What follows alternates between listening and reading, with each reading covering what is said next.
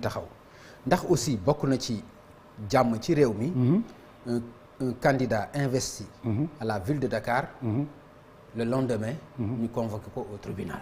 ok Pape.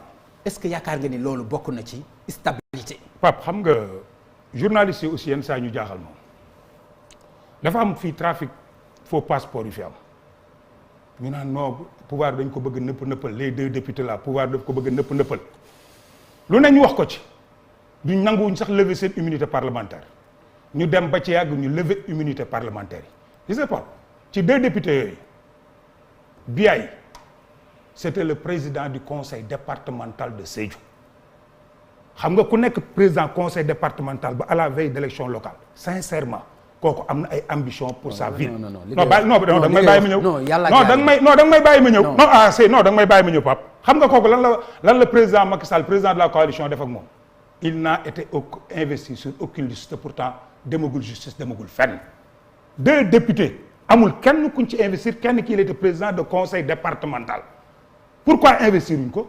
pourquoi journalistes yi waxuñu ni ñii dañoo def forcing investir ko Barthélémy Dias am procès moom mi ngi ci procès muy suivre son cours moom mu demandé appel parquet demandé appel ñu war koo woo ñu ni waruñu koo woo parce que dañoo nekk ci période électorale kon 2 députés bu ñu leen bàyyoon lan la nit ñi di wax ni dañoo nekk ci période électorale kii il est président de conseil départemental gis nga Pape dafa am benn jeu boo xamante ne buñ ci tombé rek day daal di extraordinaire fii dañ dul wax nag ci côté pouvoir bi li ci am duñ ko wax parce que tey ce président du conseil départemental là bu toogee bokkul ci liste duggul ci liste Benno Bokk Yaakaar Barthélémy Dias moom di wax ni moom mi ngi ci liste il est investi mais dañ koo convoqué parce que dañ koo bëgg a xañ élection waaw mais yow beneen bi ci des fan lañ mujjee ñu génne liste yi ñu naan dañoo éliminer seen i liste mais nga yaakaar ni ko am formation politique dina ko wax ces listes yi ñu invalidé c'est contre le pouvoir liste yi ñu invalidé laa wax liste yi nga xamante ni dañ leen invalidé liste yu opposition bi moom te ñu invalider ko moi je vous dis politiquement c'est contre le pouvoir soo demee tey jii nii à Diourbel ñu ni la Dame Diop ak le maire sortant ñooy xeex ñooy xëccoo maire sortant bi représenté opposition Dame Diop représente le pouvoir candidat wu Yewwi Askan Wi ñu déclaré ko ni que ni listam baaxul vous pensez que kooku kan lay voté jël kooku il va voter pour le maire sortant Malick Fall lay voté mais c'est clair à Dakar soo nee Bougane Gueye dañ koo dindi man tey nga yaakaar ni su ma sañoon Bougane du bokk ci élection yi parce que boo nee Bougane du bokk Bougane kan lay voté ji c'est Barthélémy Dias à Mbour heureusement que fële dañ ko mujj bañ mais fii à Mbour au moins rétablir nañ ko bi ñu demee le maire sortant Fallou Sylla bi fa nekk di jàkkaarloog Cheikh Issa Sall mais tey waaye yeewu yi nga xamante ni dañ leen dindi bu ñu leen dindi woon téye ko noonu ñooñu kañ la ñuy voté donc je te dis que politiquement sax lecture bi ñu ci war a am lépp dañ naan Macky Sall la te xamuñu ni Macky Sall est un fin politique Macky Sall bu sañoon tey liste au niveau de Dakar 4 lay doon te man damay ñaan yàlla tey recours Bougane Gueye Dany bi yàlla na yàlla def mu jàll Barthélémy Dias bu sañoon Bougane Gueye Dany du nekk candidat. déet waay non politique laa lay wax nag Pape man li ma la wax yow xam naa ni comprendre nga ma. waaw li ma la wax bul jaxase yow itam. non man Pape yow non xam nga toog nga ak Barthélémy Dias nga ne ko mun la man maire laay wut sànni benn phrase ne la wutuma président de la République nga ne ko may Bart mun la woowee on ne sait pas gis nga tey jii bu jëloon maire Dakar bii jàkkaarloo jël Ousmane Sonko Bart il arrive à ses fins ci ay stratégie yoo xamante ni maanaam wax tey il utilise Ousmane Sonko pour son propre compte Bamba Fall la ko tàqale ak Khalifa Sall tey jii nii Bart moom travaillé na ba faire le vide wax na la ko fii Khalifa a été contraint par pression la tànne Barthélémy Dias man Pape li ma lay wax nii du ay accusation gratuite politique laa lay wax nee naa la dañ ñuy jiiñ sax loo xamante ni ça ne nous arrange pas soo ñëwee tey Dakar nga ni Bougane Gueye du candidat tu renforces Barthélémy Dias soo demee Diourbel nga ni Yewwi Askan Wi amuñu candidat tu renforces le candidat de l'opposition ñun à Kébémer bi ma déggee coow li dama ne Ousmane Cissé mi nga xamante ne mooy suñu candidat yàlla na liste yëpp jàll parce que pouvoir loolu moo ko arrangé mais fii Bart mën na def lu ko neex mën na wax lu ko neex mën na wax magistrat yi lu leen neex mën na def policiers yi nga xamante ni ñoo yor suñu sécurité jàkkaarloog ñoom wax leen lu ko neex ñu ne la woy Macky Sall moo nekk derrière ça.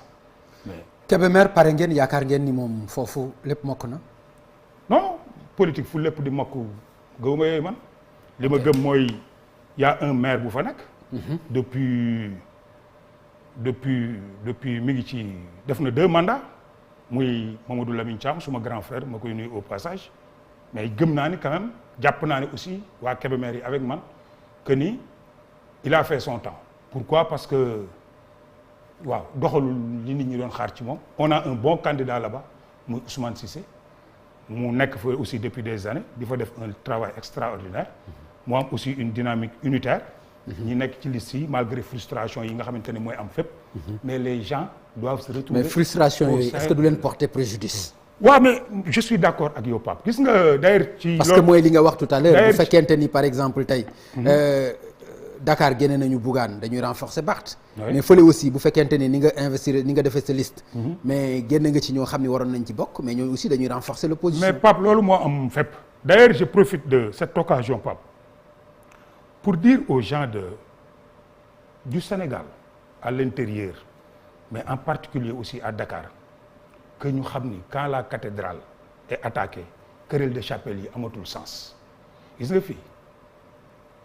Les gens doivent faire bloc autour de Diouf Sarr pas ci la personne de Diouf Sarr parce que ñii ñoom xeexuñu ak Diouf Sarr président Macky Sall la ñuy xeexal nañu def bloc beneen bi ci des may lancer un appel et ça c'est à mon nom propre ci sama lecture politique Mame Mbaye Niang sa liste la man gëm naa ne bi mu koy teg c'est de bonne foi mais politique ay compromis dynamique la da ngay dem ba ci yàgg nga jàngat man xam naa ne fu Macky Sall président Macky Sall di xeexe taxaw na fa di xeex.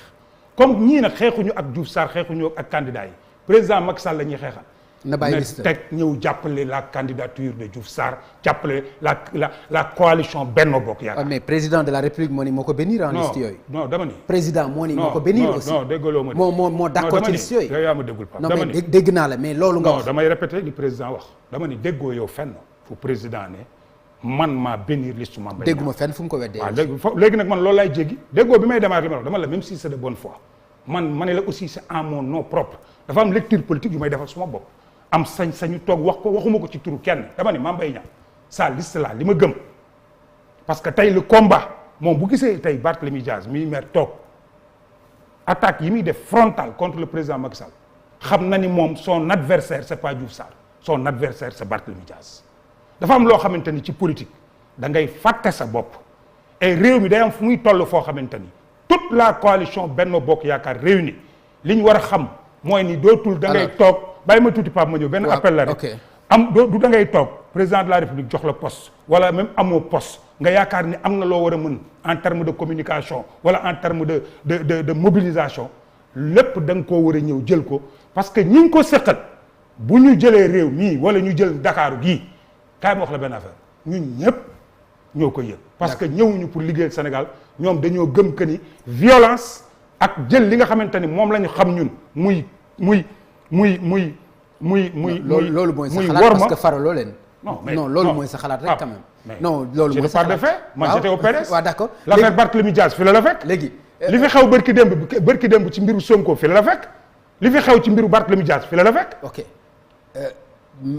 d'accord Sidi Bara. mais dafa am loo wax da nga ni duñu adversaire u Abdoulaye Diouf Sarr adversaire u kii Macky Sall lañu. oui mais adversaire u Macky Sall ci naka. ci naka koo xam ni jàpp nañu ne mi ngi ci dernier mandat. waaw moom wax na ko moom président Sall. oui mais léegi ban adversité la ñu war a mën a seq ak. non yow Pape dégguloo ma président Macky Sall yow président Macky Sall il s'investit ci local yi moo teg liste bi ñoom bu ñu lu leer laa la wax moo liste bi listu kan la kuy président coalition Benno Bokk Yaakaar. donc parlant des locales mais yow Abdoulaye Diouf Sarr bu ko Barthélémy Dias di tudd sa émission danaa la sama grand frère la suma lii la mais buy tirer ak la muy wax président Macky Sall. du ko sax dendale ak la muy wax Abdoulaye Diouf Sarr donc yow boo dee lire ni président laa àndal vraiment lu renforcer sa liste ngay def. maintenant nag mënoon nga au début nga xalaat ni li may def réceptacle laay doon pour ay frustré tout mais la lecture lucide mooy tey tout le monde doit faire bloc. d'accord di ci woo aussi les jeunes de la région de Dakar frustration yi am par rapport aux listes yi génn ci dëkk yépp nag laa wax liste au pluriel nañu xam ni comme je vous l'ai dit tantôt. su fekkee dañoo am une bataille boo xamante ni dafa concerner toute la coalition nit ñi li ñu war a def mooy fàtte seen bopp. d'accord te ñëw jàkkaarloog ñi parce que quelque part aussi c'est une affaire de génération. merci beaucoup. oui merci beaucoup Sidi Bara. ma gërëm la bu baax bu fekkee am nga message booy passer s'il vous plaît ma bàyyi la nga. passer waaw mais. et di la wax aussi vraiment kontaan nañu ci recevoir la. mais Pape merci beaucoup yow comme ni ma la ko waxee rek waaw c'est un grand plaisir xaw nga ma tàngal nag te dama ne woon damay saral mais di la remercier bu baax a baax di la remercier bu baax a baax ci sa taxawaay waaw ci sa taxawaay et ça je le dis du plus profond au plus profond de moi-même parce que yow dafa am loolu liggéey te dama gëm nit ku gëm boppam gëm aussi nit ku indépendant te xam naa ni gentleman bu wér nga beneen bi ci des aussi di remercier di gërëm bu baax a baax su may waajur waaw suma papa Mbacke Fall suma yaay Ndey Fall di gërëm suma soxna suma yaay doom Mariam Ndiaye ba nekk ci kër ga di gërëm soxna Aminata Touré bi nga xamante ni suma mag la suma xarit la ñuy liggéeyandoo mu nekk une femme de valeur une femme de principe mais d'une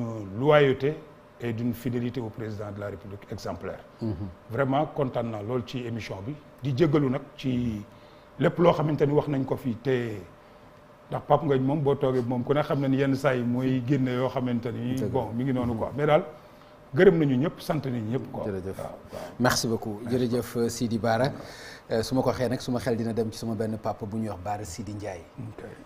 ku ko wax xam sam papa souvenir lay def ci man. ma ñaanal ko yàlla xare ko àjjana. et puis oyofal suuf ci kawam. sama papa bu baaxoon la. boo xam ni ci jamono yi wax dëgg yàlla bu émission yi mosaan jeex daan naa jot appel am. mu am ay message yu may wax ñaanal ma. et puis xaw ma jubbanti ci lu bëri. kon xaw na ma wéetal maa ngi koy ñaanal yàlla xare ko àjjana. Bara Sidi grand bii nag moom. sama grand professeur. moo yar ci politique tàggat ma ci politique.